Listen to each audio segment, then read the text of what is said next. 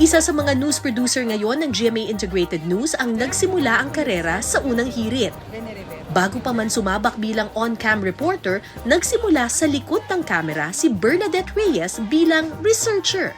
Nag-aaral ako nun sa UP Diliman, taking up broadcast communications, and then doon ako nakahanap ng opportunity para mag-OJT. So one time, inoferan ako ng boss, tinanong niya sa akin, sabi niya, Bernadette, gusto mo bang magtrabaho? And it couldn't come at a better time kasi nung time na yun, naghahanap ako ng pantustos doon sa thesis ko. So yung unang-unang paycheck ko sa unang hirit, sakto, as in kung magkano yung kailangan kong ibayad dun sa editor for my thesis. Nag-SP ako for Drew Arellano, for Ate Love, for Regine Tolentino. So, dun ko natutunan yung mga things na very, very helpful din sa pagko-cover ko sa news ngayon. Ito ang ilan sa mga equipment na gagamitin para makalikha ng butas sa barko. Ayon sa subsea, lubhang delikado ang kanilang gagawin, kaya kailangan mga eksperto lang ang gagamit nito. Malaking bagay para kay Bernadette ang natutuhan niya sa unang hirit.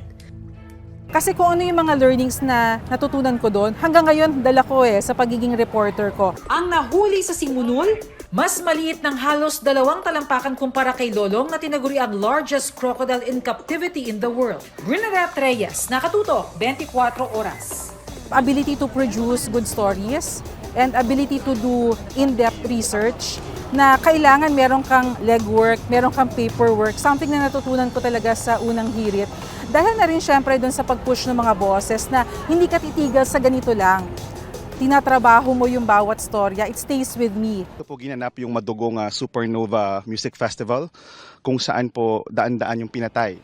Isa rin sa mga nagsimula ang karera bilang journalist sa unang hirit ang news producer na si JP Soriano. Ang sabi sa amin pag minarinig niya pagsabog, umalis na agad. 2004 nang maging program researcher si JP sa unang hirit. Nung time kasi na yon, so I applied as reporter. So nung time na yon, hindi pa, sabi ng ni Tita Kelly, yung ating isa sa mga admin, hindi pa ako ready for to be a news reporter at that time. So what they did is they trained me kasi ganun ang brand ng GMA News and Public Affairs din. Maikli lang siya pero yun nga, it filled me and it prepared me para maging bahagi ng mas malaking mission. So, I owe it really a lot sa unang hirit. I'm always proud to say na doon ako nag-start sa GMA.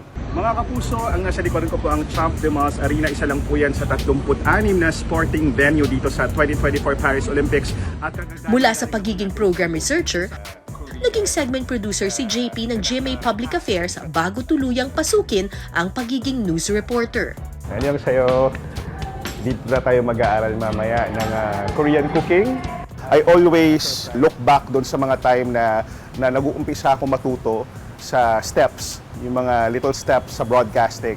And yun talaga yung foundation ng aking journalism career dito sa GMA News and sa Pilipinas in general. Okay. I'm afraid, Chef. Please don't judge me. Lady hand. Okay. Thank you. Isa yun siguro sa mga natutunan ko rin, yung never giving up. Kailangan mong gumising araw-araw para sa mga mahal mo sa buhay. Gaya ng unang hirit, gumigising sila everyday para magbigay ng information, ng show, di ba? So, for 25 years, yun yung ginagawa nila.